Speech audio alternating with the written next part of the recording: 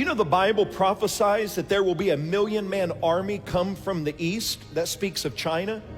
And that the Euphrates River will dry up so that this army can pass over into Israel.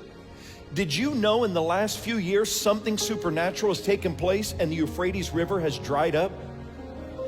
Don't take my word, go home and Google it. You will see that unexplainedly the Euphrates River that has flowed forever has dried up, fulfilling biblical prophecy.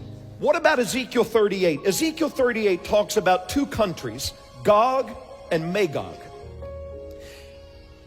The Bible, before it was even in existence, prophesied Russia. Gog and Magog represents Russia and Iran. And it says at one point there will be a war break out around Israel, and Russia's enemies, Gog and Magog, will surround Israel from the north and from the south.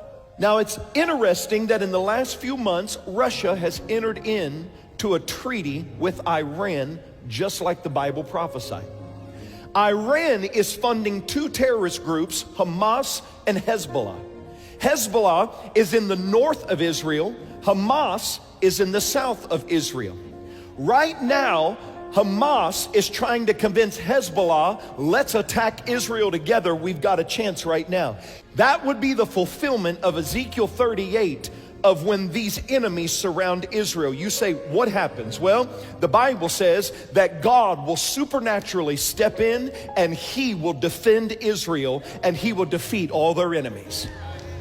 Do you realize we could be watching that happen on our TVs right now? Right now. The question is, will the rapture take place before this or just after?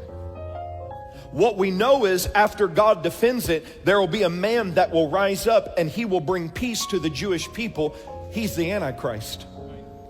That's how close we are to seeing biblical prophecy fulfilled right before our eyes. So I would ask you what my dad asked. If your heart were to stop, or if the trump of God were to sound, would you be ready to stand before God?